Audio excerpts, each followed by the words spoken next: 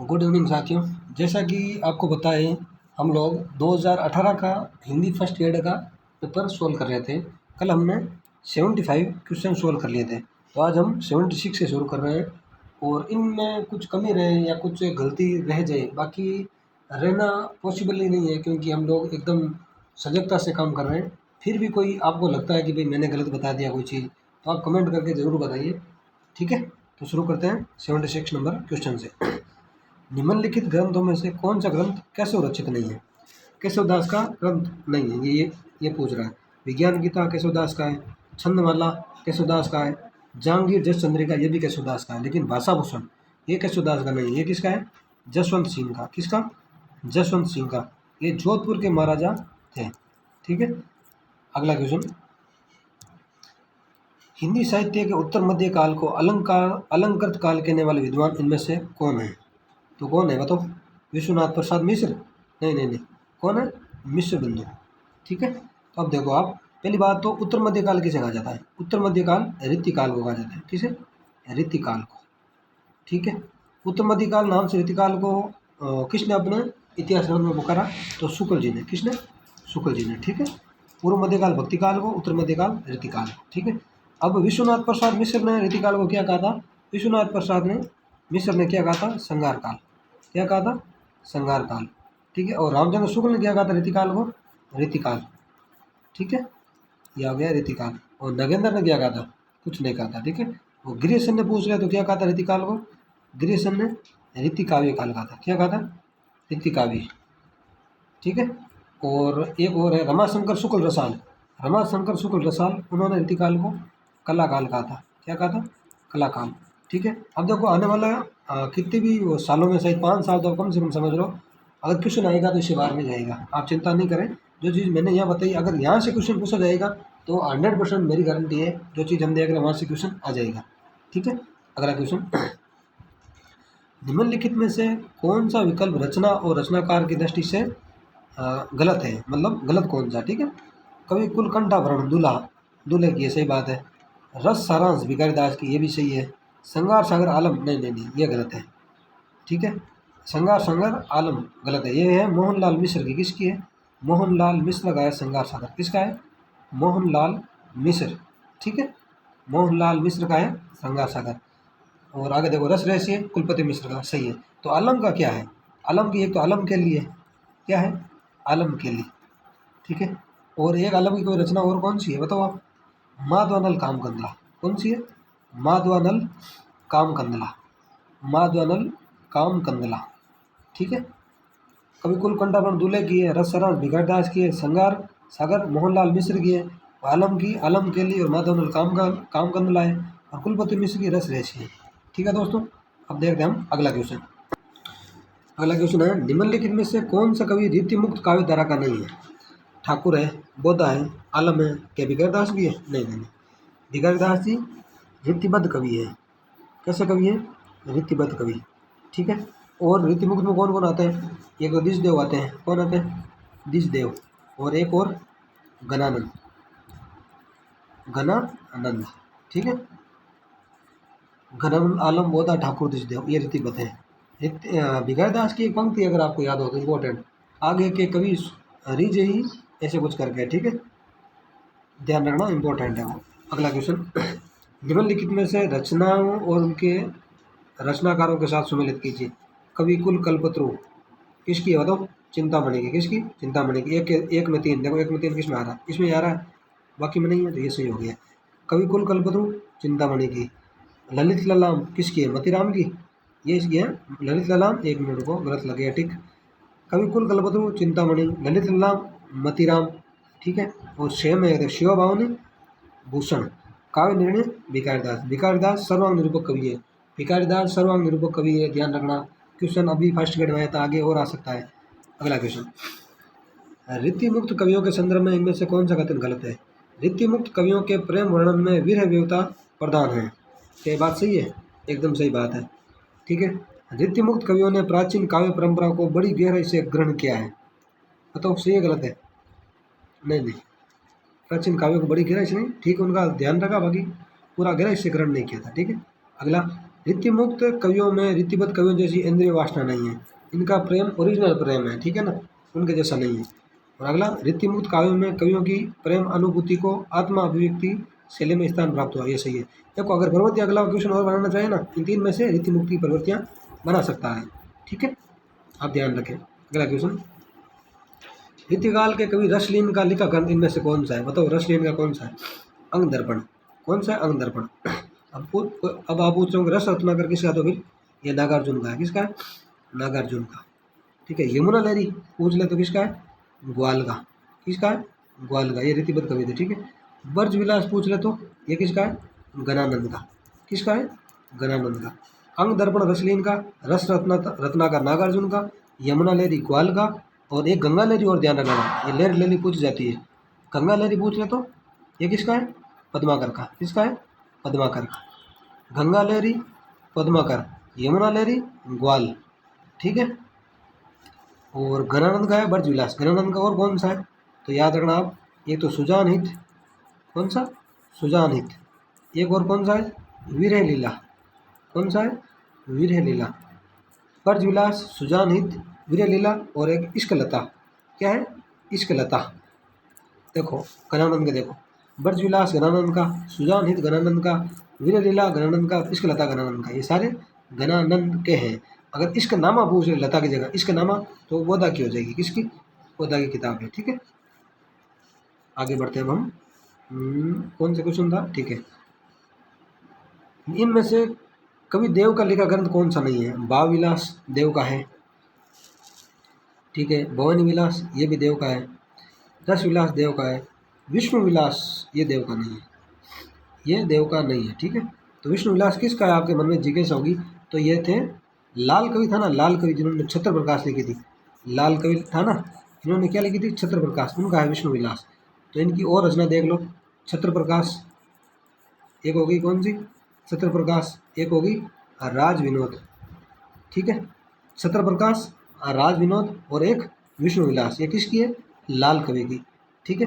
और देव की भाव विलास, रस विलास, भवानी विलास, एक और है कुशल विलास। कौन सी? कुशल विलास, ठीक है, कुशल विलास। और एक कौन सी है? सुजान विनोद, ये भी देव की है, गणानंद की नहीं है।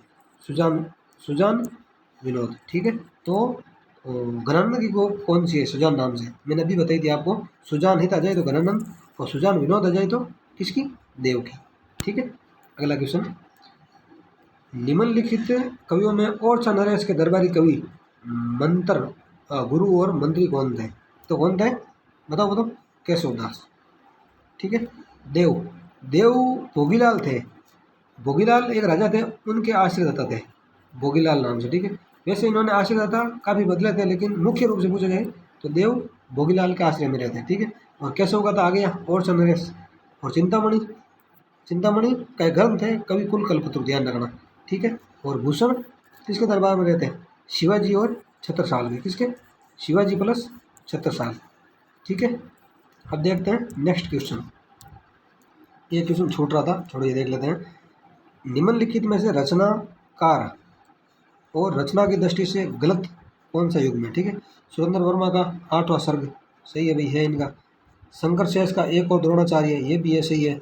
भीष्म साहनी का हानूस, ये भी सही है। धर्मवीर भारती का अंधा कुआं, नहीं नहीं नहीं, धर्मवीर भारती का है अंधा युग। क्या है? अंधा युग।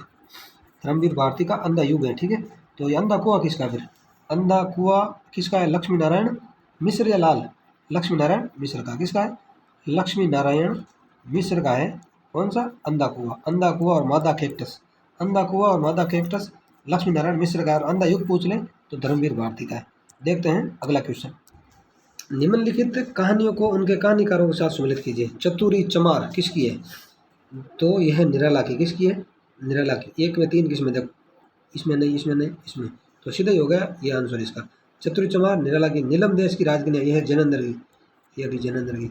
डाची किसकी बताओ? बंद्रनाथ अश्क की, यह अश्क की। परिंदा किसकी है? निर्मल वर्मा की, ठीक है। अगला क्वेश्चन। निम्नलिखित में से कौन सी रचना भारतेंदु हरिश्चंद्र की नहीं है? श्री चंद्रावली है भाई। वैदिक की हिंसा हिंसा न होती भारतेंदु की है। भारत दुर्दशा भारतेंदु की है। और रणधीर प्रभु मोहिनी यह भारतेंदु जी की नहीं है। तो फिर ये किसकी है? जिज्ञासा होगी आपके मन में। तो ये लाला श्रीनिवास दास किसकी है? लाला श्रीनिवास दास किसकी? लाला श्रीनिवास दास। ठीक है, इंपॉर्टेंट है, ध्यान रखना। अगला क्वेश्चन, पत्रिका और उसके प्रकाशन वर्ष यानी आरंभ कब हुई की दृष्टि से कौन सा विकल्प गलत है? उदंड मार्तंड 1838, पहले ही गलत है क्योंकि ये 1826 में आई थी। ठीक है, कवि वचन सुधा ये कब आई थी? बताओ, थोड़ा आप ही बताओ, ये आई थी कब? 1868 में, सही है। ठीक है, सरस्वती 1900 में आई थी, लेकिन 1903 में महावीर प्रसाद द्विवेदी संपादक बने थे। ठीक है, हरिश्चंद्र मैगजीन ये कब आई थी? 1873 में। ठीक है, ये भी सही है। अब देखो, कवि वसंत सुधा और हरिश्चंद्र मैगजीन ये किसकी है? भारतेंदु की। किसकी है? भारतेंदु की। इनकी एक और पत्रिका इंपॉर्टेंट है, कौन सी? बाला बोधिनी। कौन सी? बाला बोधिनी। इनका क्रम भी पूछ रहा था, ऐसे ही कवि वचन सुधा, हरिश्चंद्र मैगजीन और बाला बोधिनी। ठीक है, और सरस्वती महावीर प्रसाद द्विवेदी के नाम से फेमस है। और उदंड मार्तंड ये आपको बताना है, आसान सा क्वेश्चन है, कमेंट करके। ठीक, उदंड मार्तंड पत्रिका के संपादक कौन थे? ठीक है, अगला क्वेश्चन, निम्नलिखित में से किस निबंधकार ने शिव शंभू का चिट्ठा नाम से निबंध लिखे थे? बताओ। बाल मुकुंद गुप्त ने। किसने? बाल मुकुंद गुप्त ने लिखे थे।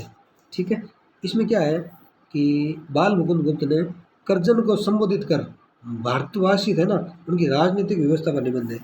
कर्जन को संबोधित कर भारतवासियों के मतलब राजनीतिक व्यवस्था पर निबंध लिखे थे शिव शंभू के चिट्ठे नाम से। ठीक है, चंद्रदत्त शर्मा गुलेरी का कोई निबंध पूछ ले तो इनका एक ध्यान रखना, कछुआ धर्म और मारे से मोही कोठाओ। कछुआ धर्म मारे से मोही कोठाओ। ठीक है, और बाल मुकुंद गुप्त का तो हो गया। महावीर प्रसाद द्विवेदी का कोई निबंध या कोई काव्य देख लो कुछ भी। एक तो है कान्य कुब्ज अबला विलाप, कान्य कुब्ज अबला विलाप, कान्य कुब्ज भी अदा कहीं। ठीक है, अबला विलाप, कान्य कुब्ज अबला विलाप। ठीक है, और कौन सा है महावीर प्रसाद द्विवेदी का? काव्य मंजूषा। क्या है? काव्य मंजूषा हो गया, काव्य मंजूषा। ठीक है, अब बचे सरदार पूर्ण सिंह, इनका तो फेमस है, आपको बताइए, याद रखना ही आपको इम्पोर्टेंट है। इनका देखो, आचरण की सभ्यता, पूर्ण सिंह का आचरण की सभ्यता, सच्ची वीरता, सच्ची वीरता इम्पोर्टेंट है। ठीक है, कन्यादान, कन्यादान, मजदूरी और प्रेम, मजदूरी और प्रेम ये भी पूर्ण सिंह का है। और कौन सा बताओ? अमेरिका का मस्ताना योगी वोल्ट हिटमैन, जगह नहीं आप याद रख लेना, अमेरिका का मस्ताना योगी वोल्ट हिटमैन। ठीक है, आचरण की सभ्यता, और कौन सा?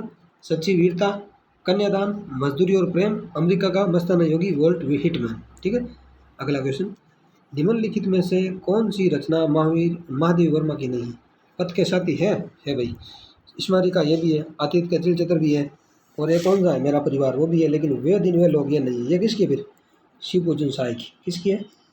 शिव पूजन साई की, शिव पूजन साई की। अगर आपके पास पेपर प्रिंट निकाले हुए हैं ना, तो आप ये साथ साथ में पास में चीज़ें लिखें, तो इससे आपका क्या, एक तो पेपर का स्टैंडर्ड पता चलेगा आपको, और आगे के लिए भी आपको मतलब पता चल जाएगा कि संभवत क्वेश्चन ये है, ये वापस आ सकते हैं। क्योंकि देखो, ये क्वेश्चन आप वापस कि आए हुए क्वेश्चन अगर आप सही करते हो ना, आप औरों से आगे रहते हो। ठीक है, नए क्वेश्चन तो किसी से होते नहीं वैसे भी, लेकिन आए हुए क्वेश्चन आपको गलत नहीं करने हैं, आए हुए क्वेश्चन आपको गलत नहीं करने हैं किसी भी हालत में।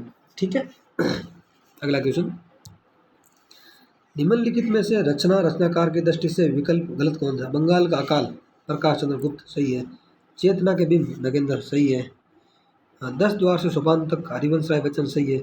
यौवन के द्वार पर ये भी नगेंद्र की है, रामदर्श मिश्र की नहीं है। ठीक है, तो रामदर्श मिश्र की क्या है? पहले तो ये इसका सही है। ठीक है, बाकी 3 है, लेकिन ये नगेंद्र की है, इनकी नहीं है, रामदर्श मिश्र की। ठीक है, तो फिर इनकी क्या है? इनकी काव्य करती है, एक तो आग की हंसी, क्या है?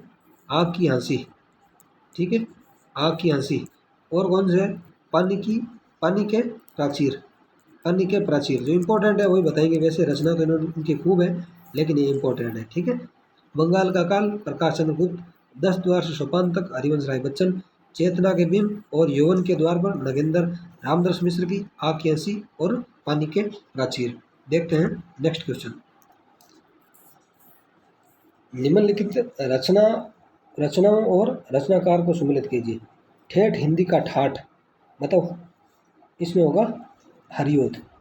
अब देखो ए में 4 किस्में पहले दिया, देखो आप, क्योंकि ज़्यादा मेहनत नहीं करनी पड़ी, ये है तो आंसर यही हो जाएगा सीधे। ठेठ हिंदी का ठाठ हरिओद, गुमक्कड़ शास्त्र सांकृतायन, खेला पालमपुर मणि मधुकर, कलम का मजदूर प्रेमचंद, ये है मदन गोपाल की। ठीक है, अगला क्वेश्चन, निम्नलिखित रचनाओं और रचनाकारों को सम्मिलित कीजिए। इसमें क्या होता है, अब आप एक देख लो, अगर एक में सही होता है ना तो सारे सही हो जाते हैं, बाकी आप आए नहीं है। साहित्य जन समूह के हृदय का विकास है, साहित्य जन समूह के हृदय का विकास है, तो इसमें इसका है देखो बालकृष्ण भट्ट। ठीक है, अब देखो ए में 2 किस्में है, इसमें तो नहीं है, इसमें भी नहीं है, इसमें तो सीधा यही सही हो गया। ठीक है, मेरे राम का मुकुट भीग रहा है, बी में 1 विद्यानिवास मिश्र। प्रिया नीलकंठी रस आके टक हुए ना, वो किसकी है, कुबेरनाथ रोय की। नाखून क्यों बनते हैं, हजारी प्रसाद द्विवेदी। ठीक है, अगला क्वेश्चन, इनमें से कौन सा गद्यकार भारतेंदु युग का नहीं है। अब देखो भारतेंदु युग का कौन सा नहीं है, ये क्वेश्चन तो आपको बताना ही पड़ेगा भाई।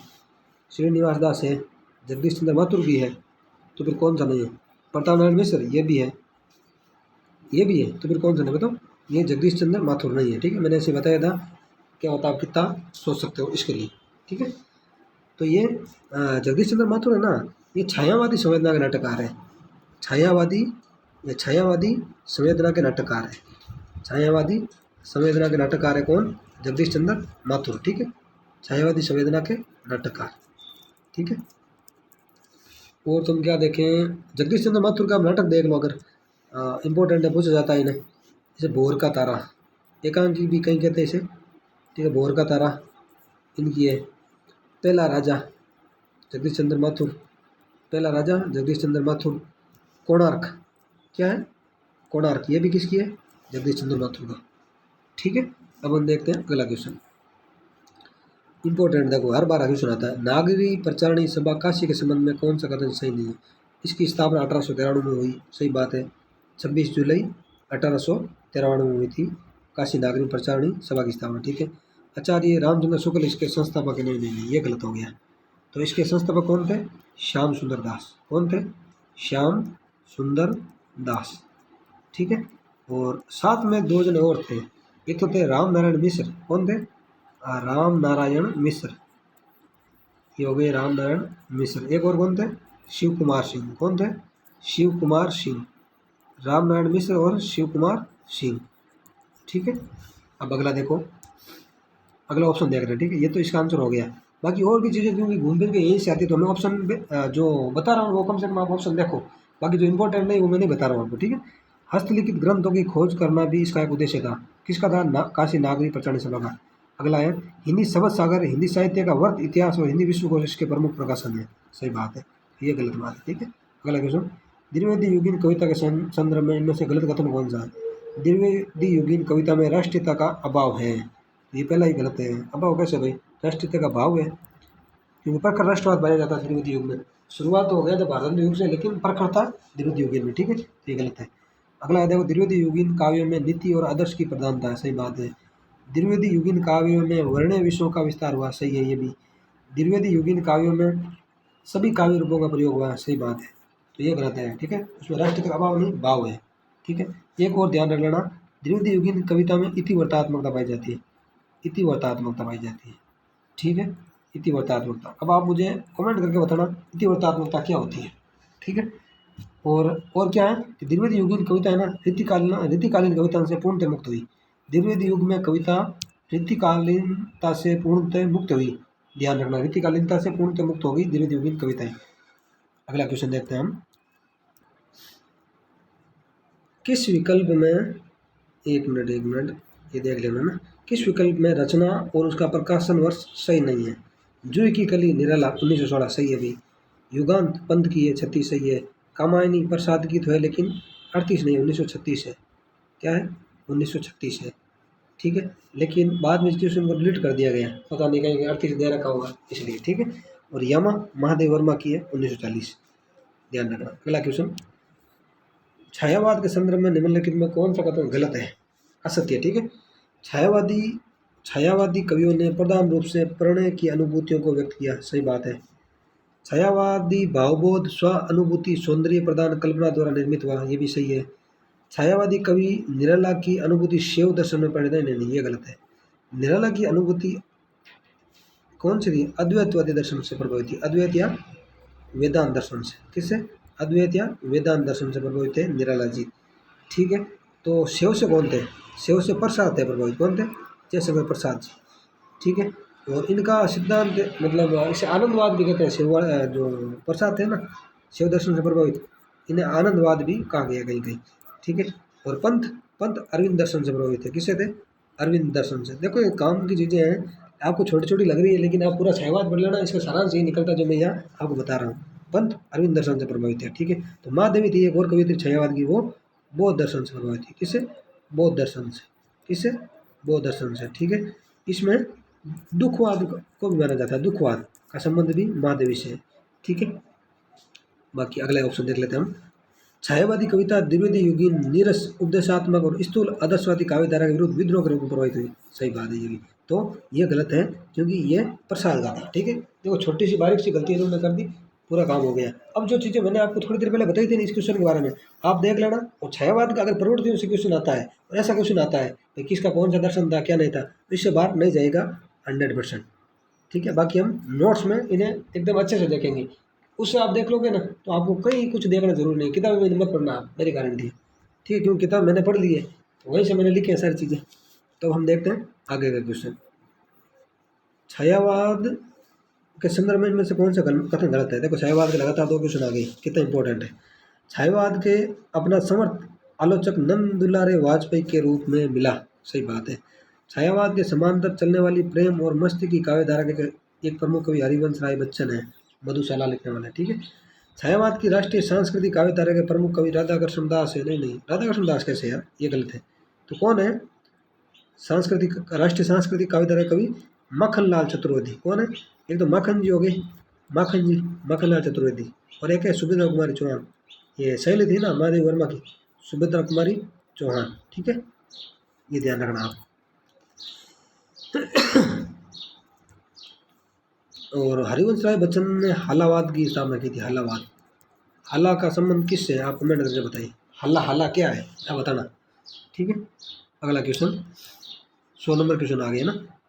प्रगतिवाद की मूल यह स्थापना कथन है, प्रगतिवाद की मूल स्थापना सैद्धांतिक रूप से प्रगतिशील थी। ठीक है, सही बात है, क्योंकि उसका लक्ष्य भौतिक यथार्थवाद के आधार पर निर्मित मूल्यों को प्रतिष्ठित करना था। ये बात भी सही है, तो ये आंसर इसका सही है। ठीक है, अगला क्वेश्चन। इनमें से किस कवि का संबंध तीसरे सप्तक से है? अब देखो तीसरे सप्तक की पहले तो ट्रिक देखते हैं, फिर आप बताना कि ये है कि नहीं है। तीसरे सप्तक की ये देखो ट्रिक है, जो काम के वही बता रहा हूँ, जहाँ कन्फ्यूजन होती है, बाकी मैं ट्रिक पर विश्वास नहीं करता। ठीक है, तीसरे सप्तक की ट्रिक है परम विकु, परम विकु सर्वेश, परम विकु सर्वेश के की, क्या के की। अब देखो तीसरे सप्तक में कौन है? पे से प्रयाग नारायण, प्रयाग नारायण त्रिपाठी, इसमें नहीं है तो नहीं। ठीक है, मैं से मदन वात्सायन है, इसमें नहीं है। वी से विजय देव नारायण सही, इसमें है नहीं है। कुंवर कु से कुंवर नारायण, इसमें नहीं है। सर्वेश सरस्वती दयाल सक्सेना, इसमें नहीं है। के यानी केदारनाथ सिंह, इसमें है, तो ये आंसर हो गया सही। की मतलब कीर्ति चौधरी। ठीक है, ये ठीक है, ध्यान रख लेना, जो मैंने नाम बताए हैं वो नाम याद रह जाएंगे आसानी से। ठीक है, अगला क्वेश्चन। प्रयोगवादी काव्य के संदर्भ में इनमें से कौन सा कथन असत्य है? प्रयोगवाद ने बड़ी बड़ी घटनाओं, बड़े बड़े व्यक्तियों और बड़े बड़े जीवन प्रसंगों के विशाल फलक पर इतिवृत्तात्मक काव्य का निर्माण किया। गलत है, सरासर गलत है। इतिवृत्तात्मक जहाँ आ जाए वहाँ द्विवेदी जी आ जाते हैं। कौन? द्विवेदी जी। ये द्विवेदी जी कौन से? हजारी प्रसाद या महावीर प्रसाद? महावीर प्रसाद द्विवेदी। ये द्विवेदी युगीन काव्य की विशेषता है इतिवृत्तात्मकता। गलत हो गया। आगे देखो प्रयोगवाद के बारे में। प्रयोगवादी कवि भावुकता के स्थान पर ठोस बौद्धिकता को स्वीकार करते हैं। सही बात है, ये गलत है। ठीक है, गलत ही पूछ रहा है। और अगला, प्रयोगवादी कविता में मध्यम वर्गीय व्यक्ति के जीवन की समस्त जड़ता, कुंठा, अनास्था, पराजय, मानसिक संघर्ष के सत्य के व्यक्ति। ये भी सही है। प्रयोगवाद नाम उन कविताओं के लिए रूढ़ हो गया जो तार सप्तक के माध्यम से 1943 में प्रकाशन जगत में आई। ये सारे प्रयोगवाद से संबंधित है। ठीक है, और राहों के अन्वय सीखा गया है प्रयोगवादी कवियों को। ठीक है, अब देखो हम एक तार सप्तक देख लेते हैं। पहले तीसरे सप्तक की तो मैंने आपको ट्रिक बताई थी, बाकी एक और देखो जो बार बार पूछा जाता है। ठीक है, तो प्रथम सप्तक, ठीक है। तो उसमें कौन कौन से कवि थे उसके लिए आप ट्रिक रखना याद। अरा मुक्ति के लिए, क्या, अरा मुक्ति के लिए, अरा मुक्ति के लिए परबा ने गिराया भूषण, परबा ने गिराया भूषण, ठीक है, परबा ने गिराया भूषण। इसमें कौन कौन से कवि देखो, ए से अज्ञेय, कौन, ये वही बड़ा नाम है ना जिसका, सच्चिदानंद, हीरानंद, वात्स्यायन, अज्ञेय। रा से रामविलास शर्मा, मुक्ति यानी मुक्ति बोध, कौन, मुक्ति बोध। के लिए का मतलब कुछ नहीं है, ठीक है। परबा, परबा का मतलब क्या बताओ, प्रभाकर माचवे, ठीक है। और परबा ने का मतलब क्या है, नेमीचंद्र चैन। भूषण का मतलब क्या है, पहले ये देख लो, गिराया, गिराया का मतलब गिरजा कुमार माथुर, और भूषण का मतलब भारत भूषण अग्रवाल। तो देखो, अज्ञेय, रामविलास शर्मा, मुक्तिबोध, प्रभाकर माचवे, नेमीचंद्र जैन, गिरजा कुमार माथुर, भारत भूषण अग्रवाल, ये प्रथम शतक के कवि है। इंपॉर्टेंट है, जो ट्रिक बता रहा हूँ यार, इसमें आपको ये ट्रिक है याद करनी चाहिए, क्योंकि देखो सारे कवि आपके मिक्सअप हो जाएंगे, 7 चौक 28 कवि होते हैं, इतने याद नहीं रहेंगे, ठीक है। दूसरे सप्ताह की ट्रिक क्या है, अगर आपने बना रखे तो आप वही रखें, अगर जो नए बंदे हैं ना वो यार ये याद रख सकते हैं। तो दूसरे सप्ताह की ट्रिक मैंने बना रखी है, सम भवानी, क्या, सम भवानी, सम भवानी शंकु हरि, क्या है, सम भवानी शंकु हरि या हरे, कुछ भी रखो, सम भवानी शंकु हरे, ठीक है। नरेश धर्म रघु मरे, क्या, नरेश धर्म, ये ठीक है, आप कोई बुरा नहीं माने, ठीक है।